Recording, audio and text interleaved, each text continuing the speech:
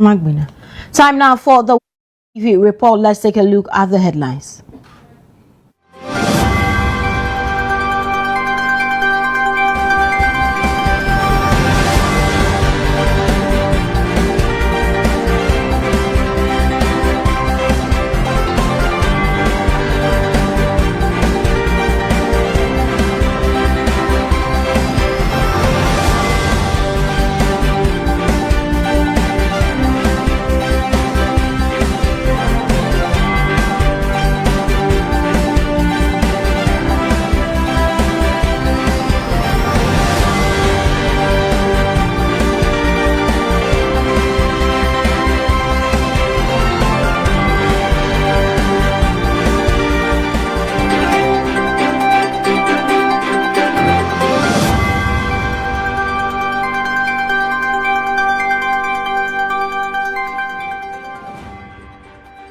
Thanks so much for joining us. Now let's settle for the details of the story. President John Dramani Mahama has paid tribute to the late overlord of Dagbon, Naa Oyoe Quartey II, describing his passing as a national loss and honoring his legacy of peace and reconciliation.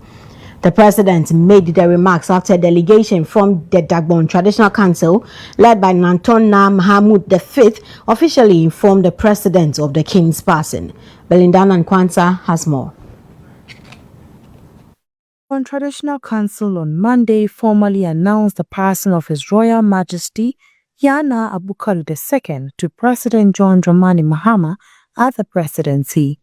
Leading the delegation, Naa Mahmud V conveyed the kingdom's gratitude to the president for the support extended to the late king during his illness and for facilitating the return of his mortal remains to Ghana. We wish to formally announce to Your Excellency and to the government and the people of Ghana the passing of His Royal Majesty Naa Oyoe Quartey II, King and Overlord of the Dagbon Kingdom, who departed this earthly life on Saturday, the 11th of July, 2026. In accordance with Islamic tradition and Dagbon custom, His Royal Majesty was buried in the early hours of this morning, Monday, the 13th of July, 2026, within the sacred premises of the Gyowa Palace. Responding to the announcement, President Mahama described the late Naa as a revered traditional ruler whose leadership united Dagbon after years of conflict in strengthening peace across the kingdom. The passing of the Naa is not only a moment of profound grief for Dagbon, but it is a national loss. Ghana has lost a statesman amongst traditional rulers, a man whose wisdom, moderation, and commitment to peace earned him the respect of people across political, ethnic, and religious divides. His Royal Majesty assumed the skin of Dagbon at a very difficult period in the kingdom's history. And yet, through patience, humility, and unwavering resolve, he transformed a kingdom once scarred by conflict into an enduring symbol of reconciliation, unity, and hope. His reign demonstrated that true leadership is measured not by power, but by the ability to heal divisions, unite people behind a common purpose. President Mahama extended condolences to the Dagbon Traditional Council, the royal family, and the people of Dagbon, praying for Allah to grant the late Naa eternal rest, while urging Ghanaians to uphold the values of peace, unity, and reconciliation that defined his reign. Reporting from the presidency for WoezorTV, Belinda Nkwanta. Now away from the presidency, the Accra High Court has sentenced Ashanti Regional MPP Chairman Bernard Boisiako, popularly known as Chairman Wontumi, to 20 years imprisonment on each of 2 counts in the Akunta illegal mining case, with sentences to run concurrently. The court also fined him 10,000 penalty units on each count, while Akunta Mining Limited was fined 15,000 penalty units on each of 2 counts.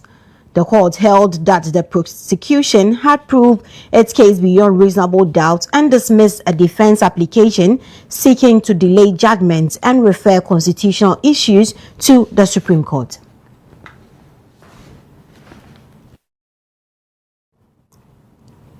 Now, the governor of the Bank of Ghana, Dr. Johnson Pandit Siama, has officially opened the 131st Monetary Policy Committee meeting, outlining the key economic issues expected to shape the committee's policy decision.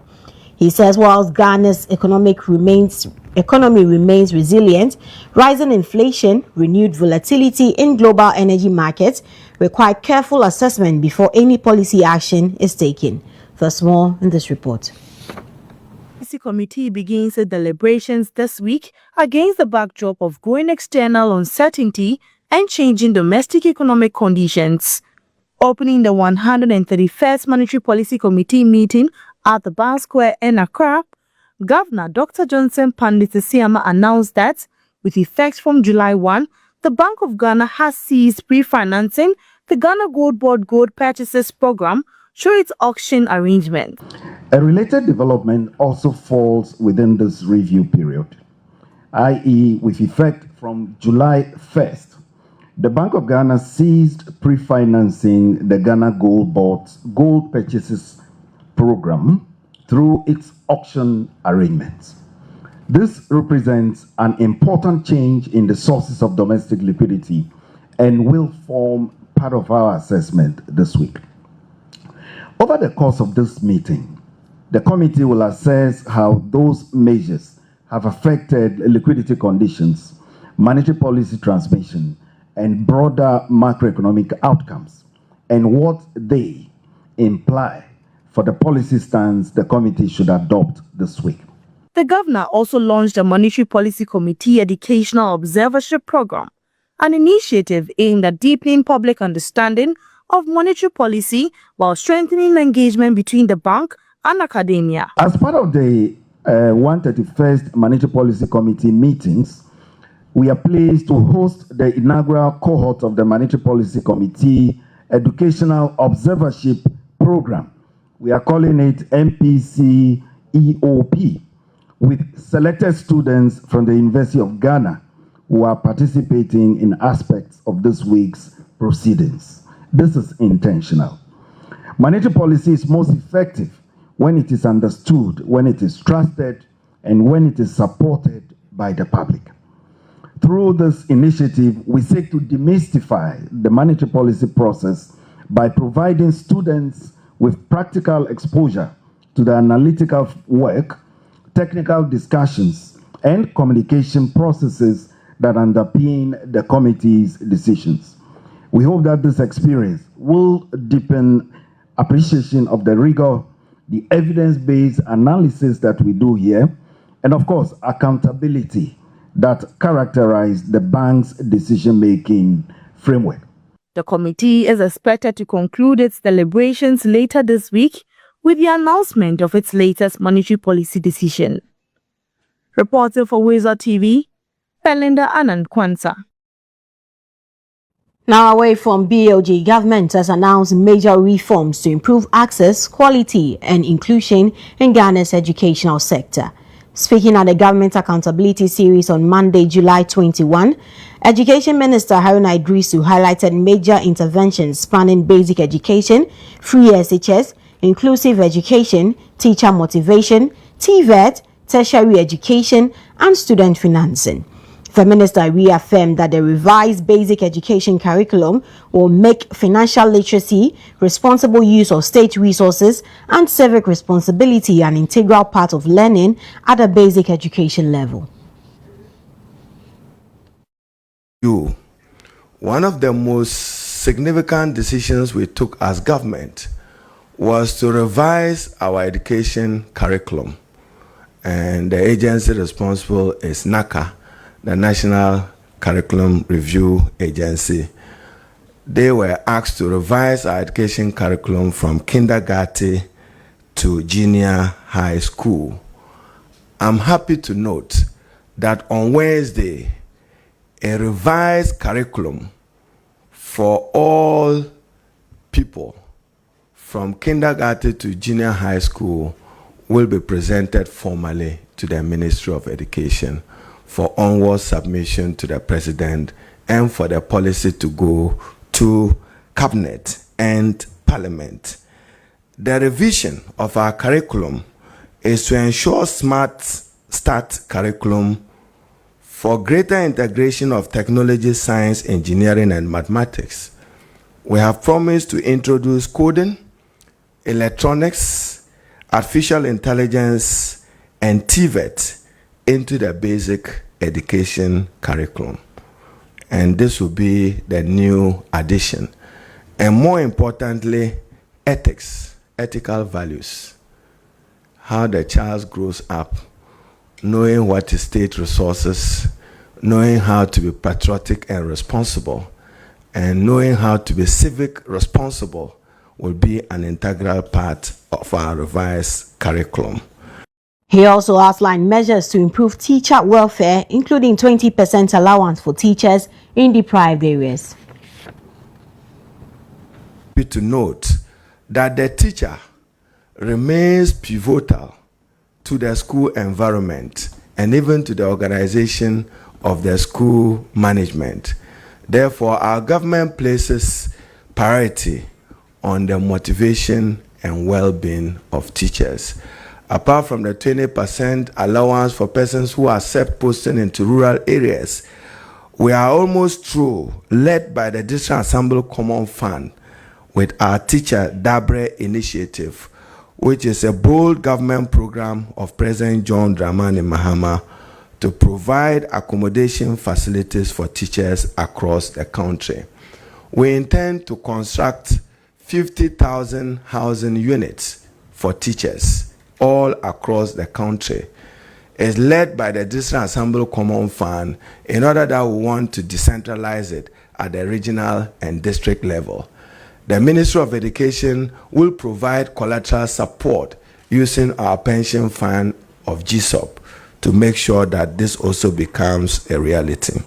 The minister further announced a $331 million Star J project to expand infrastructure in senior high schools and TVET institutions. To note that in respect of infrastructure, it is for that reason that President John Dramani Mahama, leading with his Minister for Finance, have completed negotiations. Indeed, Cabinet has given its approval. Parliament should be looking at it tomorrow, of a 331 million Star J project to expand access to secondary education, to improve its quality and relevance in Ghana. Distinguished ladies and gentlemen, the Star J project will cover some 210 schools across senior high school and senior high technical vocational schools and TVET schools across the country. There would be rehabilitation of 112 schools across the country, 38 TVET schools. So in all, 150 schools will benefit from our rehabilitation, and we'll see some expansion in their infrastructure by way of dormitory, classroom, and laboratories.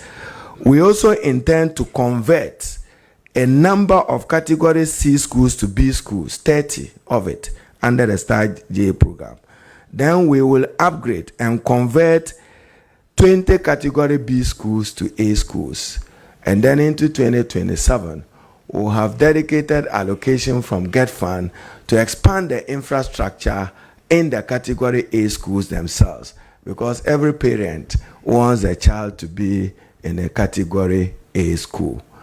Ladies and gentlemen of the press, I should admit that within the next few weeks, the BEC results would be released. In fact, as I've always indicated as minister, I don't interfere with the work of assessment institutions of WAEC. It is within their domain. But I'm reliably informed by the Director General of GES that on or before 31st of July, the BEC results may be released. Now, away from education, efforts to position Greater Accra as one of the cleanest cities, not only in Ghana, but across Africa and beyond, has received a major boost with the inauguration of 2 new waste compactors by the Accra Metropolitan Assembly. The equipment is expected to strengthen waste collection services and improve sanitation across the capital. Godfred Amwafo has more. Drive has received a major boost after the Accra Metropolitan Assembly commissioned 2 new refuse compactors to improve waste collection. Earlier this month, the Assembly introduced free refuse collection following the devastating June flood to ensure waste was properly cleared and disposed of as part of ongoing sanitation efforts. To reinforce the initiative, the Assembly has invested 2.4 million Ghana cedis in the acquisition of the 2 compactors. Speaking to the media on Monday, July 20, Accra Mayor Naa Oyoe Quartey said the Assembly plans to increase the fleet to 5 vehicles to extend waste collection services to more communities. When I came into office, we have no compactors of our own, but I don't believe in renting all the time. I believe in when you own something, it's a different feeling when you are renting. So I promised to buy, and I bought 2. We are planning to get 3 more. Without this, we are not doing bad, but this will make sure that our work will be excellent. The mayor also renewed the Assembly's call for residents to support the campaign by reporting uncollected refuse, stressing the message, see something, say something. He urged the public to promptly notify the Assembly whenever waste is left unattended. The Minister for Local Government, Chieftaincy and Religious Affairs, Ahmed Ibrahim, who joined the inauguration, commended the Assembly for the initiative and encouraged other metropolitan, municipal and district assemblies to replicate the efforts. The city authorities, especially in the 6 metropolis, including the coming metropolitans that are going to be created, must begin thinking of how to manage sanitation in their metropolitan areas or in their municipalities. If AMA is buying 2, preparing to go and buy 3, 4, 5, the other municipalities must emulate same. The acquisition of the new compactors marks another step in Accra's drive towards clean and healthier communities, with authorities insisting that sustained public cooperation will be key to achieving a cleaner and more resilient capital. For WoezorTV, Godfred Amwafo reporting. And now in other news, farmers in Volta and Oti regions have been assured of a ready market for their produce as the National Food and Buffer Stock Company steps up efforts to strengthen local food procurement. The company's Chief Executive Officer, George Abredu Otu, says the government is committed to purchasing locally produced food for the school feeding program and the National Food Reserve, a move expected to boost farmers' income and encourage increased agricultural production. There's more in the following report. Executive Officer of the National Food Buffer Stock Company, George Abredu Otu, has assured farmers that government is stepping up efforts to buy more locally produced food to supply the Ghana School Feeding Program and replenish the National Food Reserve.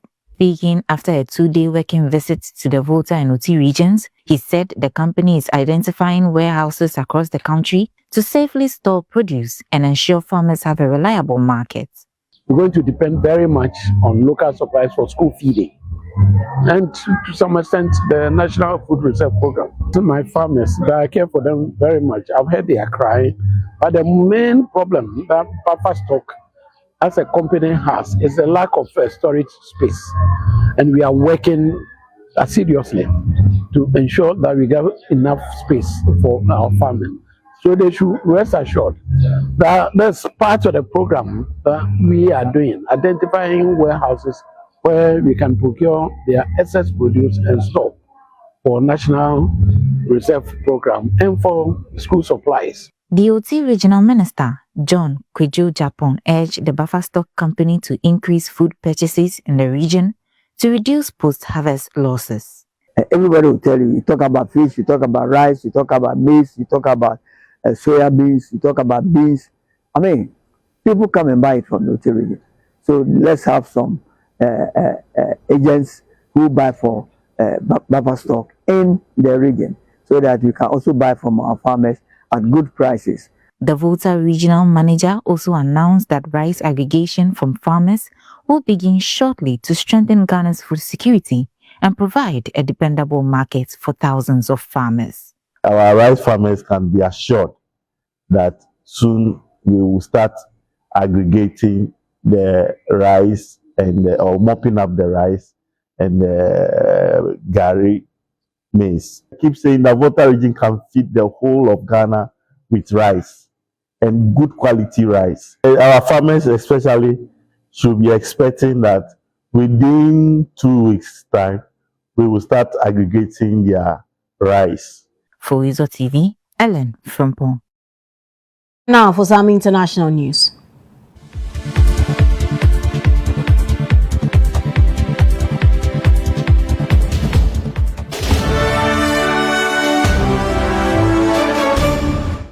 Now, one of Africa's most ambitious energy infrastructure projects has finally been signed off at the highest level, with West African leaders formally endorsing the long-awaited Nigeria-Morocco Atlantic gas pipeline. The vast 6,000-kilometer pipeline will run along the Atlantic coast of 14 African nations, carrying Nigerian gas to Morocco before linking into Europe's existing gas network via Spain. Construction is expected to begin in 2028 with a total estimated cost of $25 billion. This signals a change from current models where gas is typically extracted from African nations, refined and processed abroad, then shipped back to African nations at 3 or 4 times the price, according to energy experts. By contrast, if leveraged correctly, the new pipeline has the potential not to just stimulate regional industrial growth, but also boost Africa's power on the international stage. Now, this is where we end the WoezorTV reports here on the Woezor TV. I am Naa Oyoe Quartey. Thanks so much for joining us.